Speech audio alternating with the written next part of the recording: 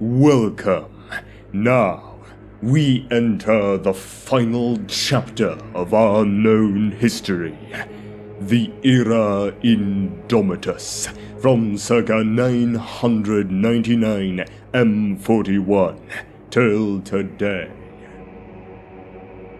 In the wake of the fall of Cadia in the 13th Black Crusade, reality tears itself apart from the Hadex anomaly at the core of the Jericho Reach in the eastern fringe, to the further star system of the Segmentum Obscurus in the galactic west.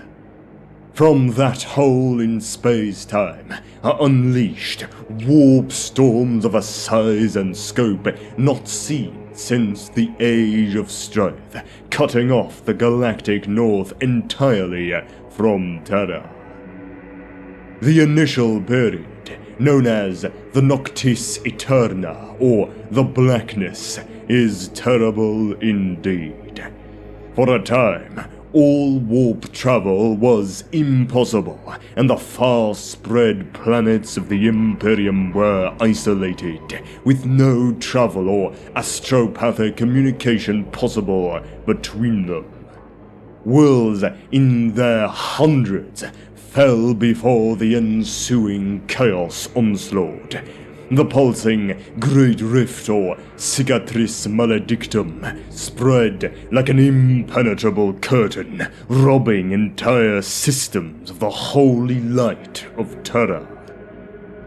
The birth of the Great Rift marks the start of what will be called by Imperial savants the era Indomitus. The Imperium of Man was cut in twain by the coming of the Great Rift, divided into the portion known as the Imperium Sanctus, where the Astronomicon can still be detected by psychers and navigators, and the Imperium Nihilus, on the far side of the rift from Terra, where the Emperor's light no longer shines. The Psychic Awakening. The Psychic Awakening, also sometimes referred to as the Age of Witches, is the term given to a phenomenon of the era Indomitus that dramatically increased the number of new psychers and greatly enhanced existing psychic abilities across the Milky Way galaxy in the wake of the birth of the Great Rift. While the massive increase in the flow of warp energy into the local real space of the galaxy through Cicatrix Maledictum dramatically enhanced the power and duration of demonic incursions, particularly on worlds close to the rift, it also intensified the psychic abilities of the craft world Eldari and the miraculous psychic phenomenon that had once rarely accompanied the worship of the Emperor as the god of humanity. The Psychic Awakening thus proved both a boon and a hindrance to the attempts of the forces of chaos to overwhelm real space in the wake of the victory earned in the 13th Black Crusade. For every world that fell to the dominion of the Dark Gods, there were also increasing reports of miracles in which even individuals who had never manifested the abilities of a psyker were saved by the spontaneous eruption of supernatural abilities.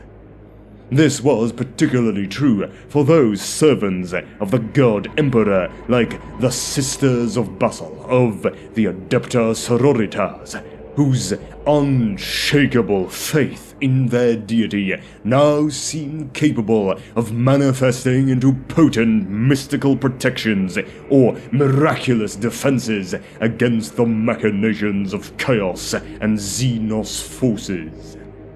This phenomenon affected every faction in the galaxy, hindering or advancing the next steps in their various agendas.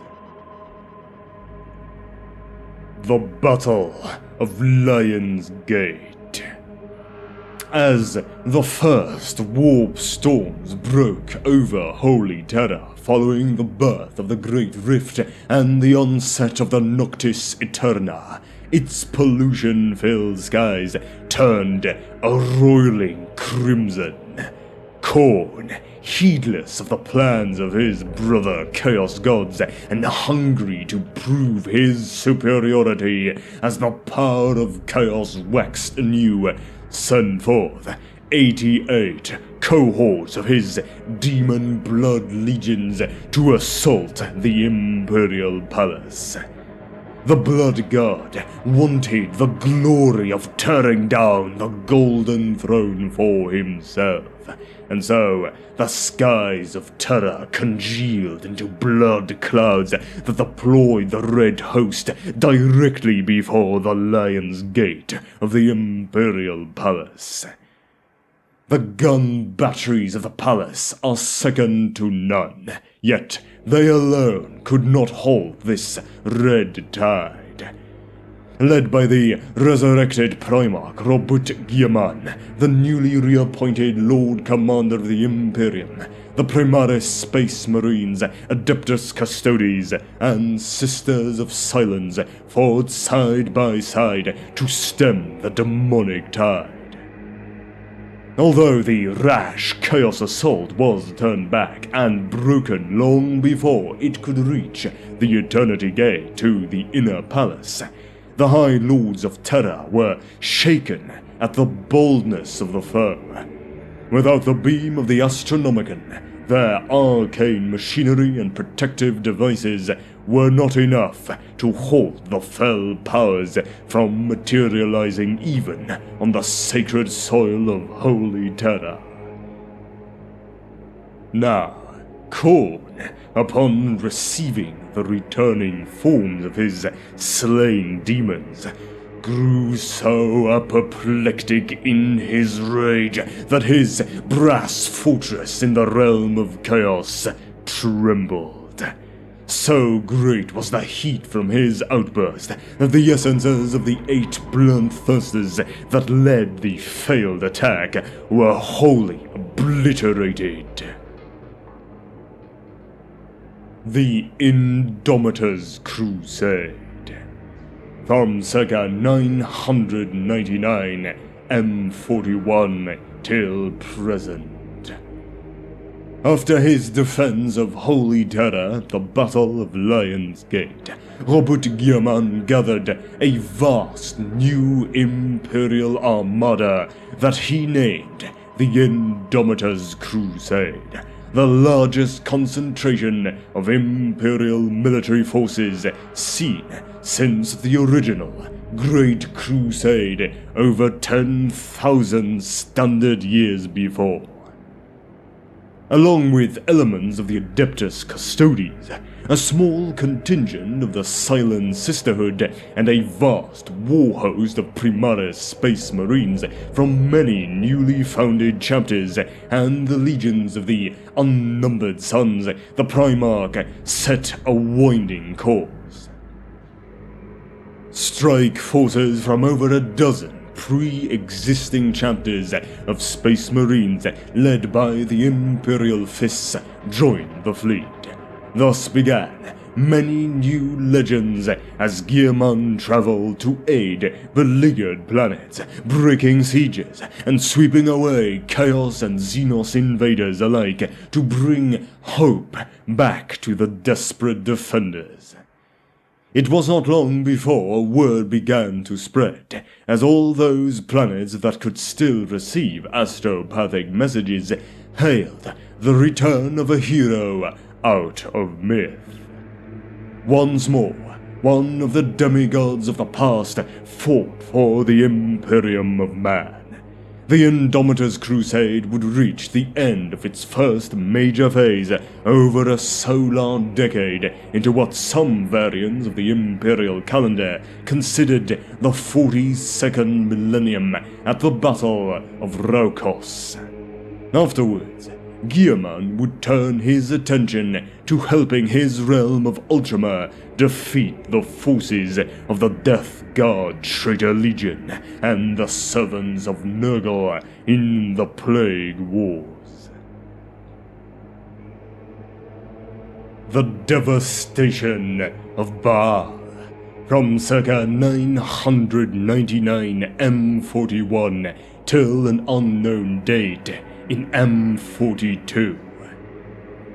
After sacrificing the shield world of the Cryptus system to fend off the Xenos' earliest advance on the Baal system, the planet of Baal itself came under intense attack by High Fleet Leviathan. The Tyranid High Fleet was of such mass, even after its considerable losses, that it blotted the stars from the skies. Lord Commander Dante bolstered the formidable defenses of the Blood Angels chapter homeworld and its moons like never before. Not one to await attack, he also sent forth scores of preemptive strike forces to delay, mislead and whittle down the living armada. Hundreds of splinter fleets were thus defeated. Dante's call beseeching the Blood Angels' successors among the Sanguinary Brotherhood to send immediate aid to their parent chapter did not go unheeded.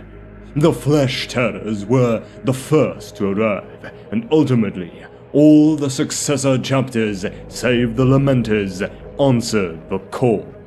Even the Knights of Blood, who had been declared excommunicate traitoris by the High Lords of Terra, arrived to bolster the defenses. And yet, it was still not enough. Learning at an exponential rate, High Fleet Leviathan could not be thwarted by the same strategy twice. Advancing steadily, their superior numbers cleared the entire surrounding sector of life before the Xenos made planetfall upon Baal and her twin moons. The first 19 waves, each larger than the last, were driven off at great loss to the Blood Angels and their successor allies. 5 chapter masters fell in that bitter fighting, 3 in the Battle of the Dome of Angels alone. The Tyranids began the process of absorbing all biomass from Baal and its moons, absorbing even the radiation-poisoned deserts of Baal Secundus. With their defenses in ruin and its moons stripped and broken, the remaining Space Marines retreated back to the rubble of the Blood Angels' sprawling fortress monastery. There, they prepared for a last stand as the next wave swept downwards. Doom, it seemed, had at last come to the Sons of Sanguinius.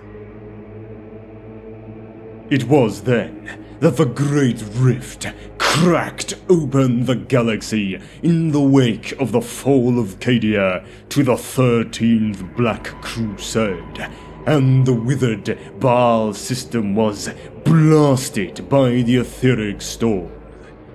Although no further attack waves came from the Leviathan High Fleet, not a single Imperial defender remained alive upon the last moon, Baal Prime.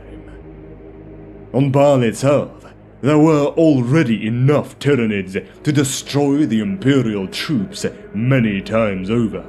Even with no chance of victory, Commander Dante led his troops, each fighting retreat seemingly more hopeless than the last. The Empyrean energy spilling from the Great Rift caused time itself to pass strangely on Baal. The combatants may have faced each other for mere solar days, while Terran years may have passed in the rest of the galaxy. As the final parameter was broken, the stars reappeared. Looking skywards, the Tyranids on the surface of the planet sought contact with their high fleet, but it was gone, replaced by a newly arrived Imperial fleet. Like an angel of vengeance came Robert Guillemot and his Indomitus Crusade. After many more battles, Baal was finally cleared of the Xenos threat. A great rebuilding of both world and chapter was undertaken, for the Blood Angels and their successors were sorely needed elsewhere in the beleaguered Imperium. Guillemot brought with him Primaris Marine reinforcements to replenish the ranks of the Blood Angels and the Sanguinary Brotherhood. Guillemot named Dante as the regent of the Imperium Nihilus and charged him with doing what he could to reclaim that half of the Imperium for the Emperor. Now, what became of the Leviathan is a mystery, although a clue was found upon the now barren moon of Baal Prime. Xenos skulls were piled impossibly high in the much-reviled 8-pillared symbol of one of the Blood Angels' most terrible and ancient nemesis, the bloodthirster Karbandar and his army of cornered demons. The War of Beasts. From 1M42 till 25M42. The strategically located hive world of Vigilus linked the Imperium Nihilus with the Imperium Sanctus through the Nachmund Gauntlet, one of the only known stable passes through the Great Rift. Realizing the importance of this planet to the survival of the Imperium, it was assaulted by multiple Xenos and Chaos forces, including the Black Legion under the command of Abaddon, the Despoiler. The conflict became known as the War of Beasts. Though the Despoiler's invasion was ultimately defeated by warriors drawn from multiple Space Marine chapters under the command of the Ultramarines chapter master Manius Kalgar, Vigilus remained a world largely under siege from Orc, Drukari, and Gene Stealer cult factions. The Taladus War. From an unknown date in M42. The Taladus War was a war of faith fought in the era Indomitus between the forces of Chaos and the Imperium of Man to defend the shrine world of Benediction in the Taladus system of the Veritas sub-sector. Though Benediction was the Chaos Force's primary target, all the inhabitant worlds of the system faced a large-scale assault led by the Dark Apostle Corferon of the Word-Bearers Traitor Legion. The Word-Bearers, as always, sought to convert the bulk of humanity to the service and worship of the Chaos Gods. They took great pleasure in furthering this agenda by attacking a world and system that was of such importance to the imperial state religion they deemed a fraud. The fall of Taladus and Benediction to Chaos, and the conversion of its people to the true faith of Chaos, were deemed a potentially major milestone in the World-Bearer's plan to throw down the corpse god of the Imperium and claim mankind for the Dark Gods. The war proceeded on 3 fronts: on Benediction, on the Astra Militarum fortress world of Gredask, and in the void surrounding the asteroid belt called the Tears of the Emperor at the very edge of the system. On Benediction, the Word-Bearer's forces, commanded by Cor Ferron, nearly seized control of the Grand Honorificum Cathedral City complex. The Loyalists were saved by an unusual phenomenon that was part of the Psychic Awakening, when the faith of those gathered in the cathedral summoned forth from the warp the protective spirits of the sacred Imperial dead. This supernatural force, later remembered as the Saints' War, surrounded the Grand Honorificum in a protective psychic shield and extinguished the grip on reality held by many of the demons making up Ferron's attacking army. This miracle allowed a demi-company of Salamander's Astartes to cut the remaining forces of Chaos troops in two and establish a new defensive perimeter for the cathedral complex. On Gredask, the intervention of a Black Templar's strike force destroyed the Solar Harvester mobile fortress factory that had left the Imperial defenders at a loss, though the suicidal counter-assault cost the life of the Astartes commander Castellan Dramos.